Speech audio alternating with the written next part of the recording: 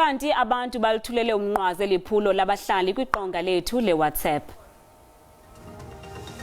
Lenyathelo lihle kakhulu elithathwe ngabahlali futhi ke kumele silishayele izandla silincome ngoba libonakalisa ukubambana nokubumbana komphakathi. Ngibaqhobela izandla abantu baseDutywa inhle lanto abayenzileyo xa bethi bengamahlwempu bengathathi intweni babethe ezo 100 rand ngoba nakwezo 100 rand umsasazi azizanga kamandi ziza kabuhlungu ezo 100 rand ezo abazibethayo phaya.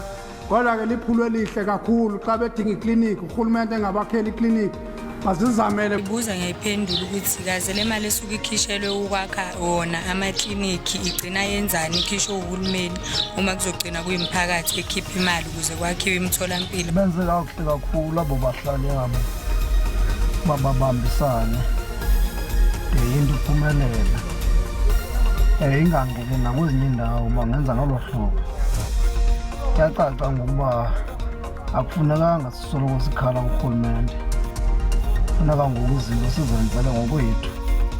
Lonto leyo bade bazokhele ngokunoko kwabo ikliniki kuchaza ukuthi bekukudala kakade beyinida futhi ke ngabantu urhulumente yena akababoni njalo ubabona kuphela uya kuphela xa bafuna uvotela urhulumente wethu kudale nje wethu mabaqhube babasathinishe.